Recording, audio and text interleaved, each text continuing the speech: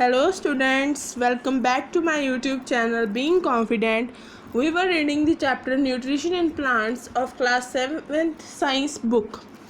So we will start the chapter from where we had left in the last video.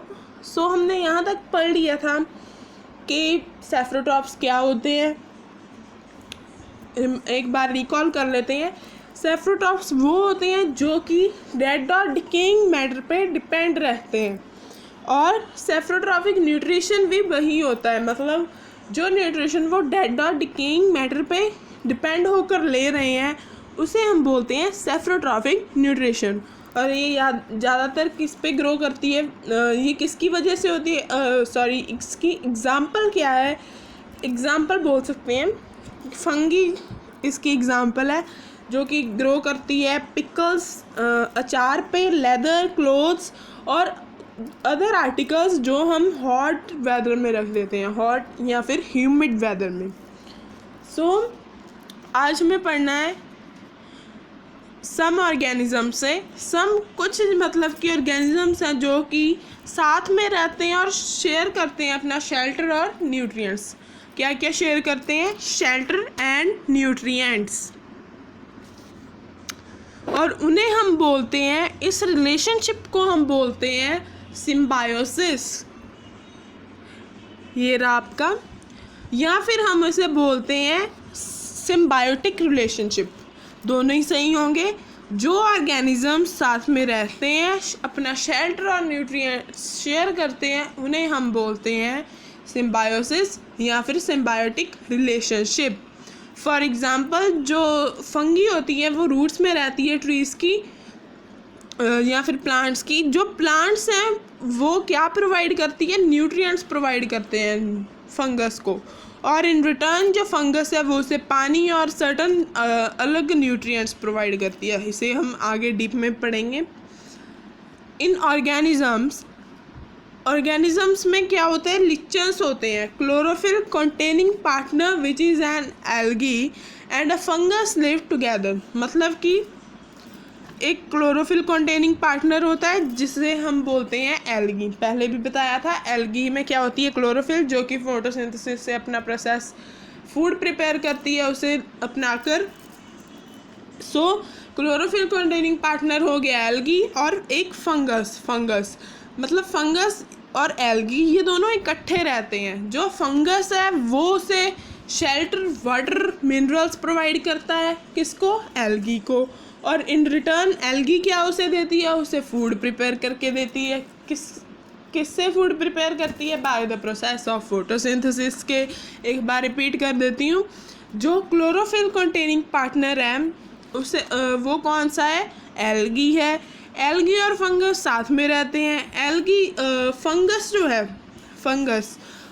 जो है वो shelter, water और mineral provide करता है. किसको करता है? एल्गी को करता है. और अगर फंगस एल्गी को इतना कुछ दे रहा है तो एल्गी भी कुछ लेगी. सो एल्गी जो है इन रिटर्न क्या करती है?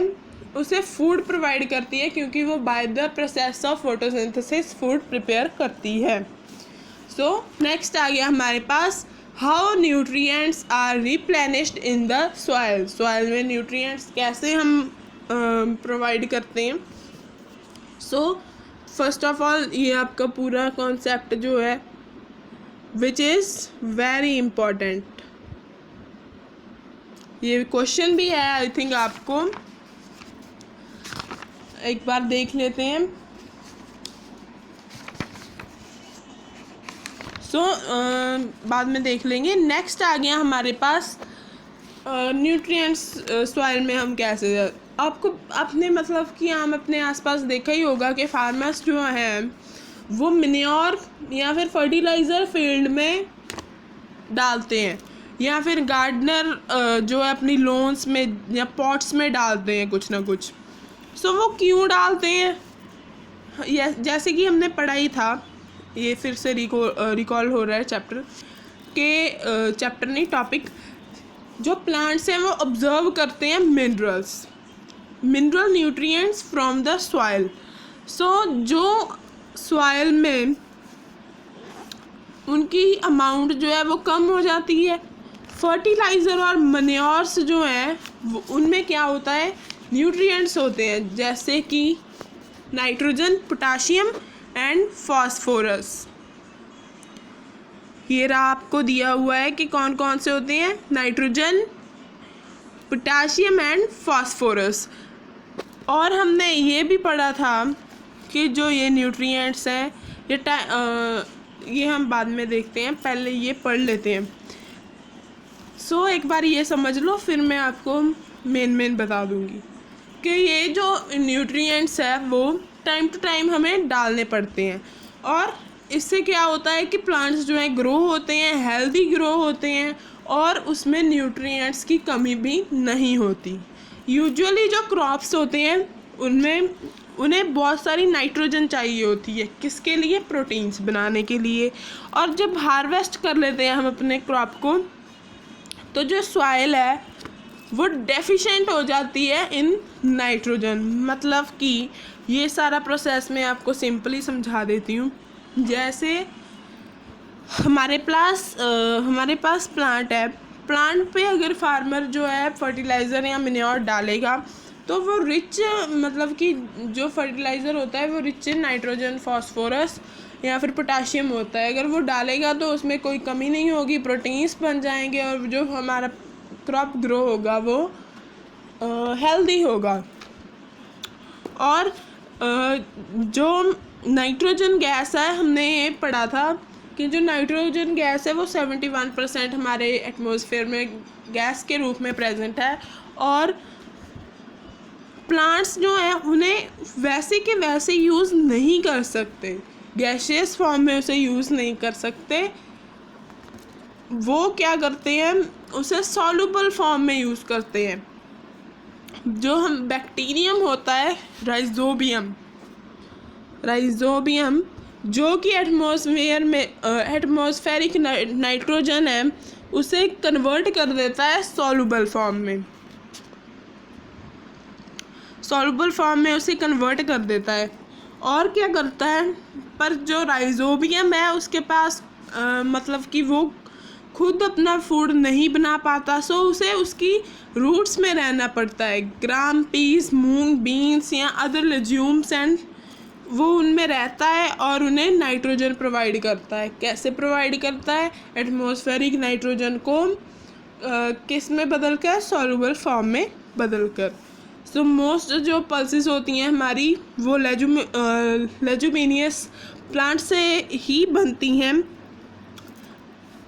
इसमें क्या होता है कि इन रिटर्न जो प्लांट है वो फूड प्रोवाइड कर देती है और शेल्टर प्रोवाइड करती है बैक्टीरिया को। राइजोबियम अपना फूड खुद बना नहीं पाता, तो उसे फूड कहीं ना कहीं से चाहिए, तो इसलिए वो काम करता है कि नाइट्रोजन को सॉल्युबल फॉर्म में उसे प्लांट को सॉइल में से दे देता है, रूट्स में से, और जो प्लांट है वो उसे नाइट्रोजन मिल जाती है, वो फूड प्रिपेयर कर लेता है, और उसके बदले जो हमारे पास बैक्टीरिया है राइजोबियम उसे क्या मिल जाता है, फूड मिल जाता है और शेल्टर मिल जाता है।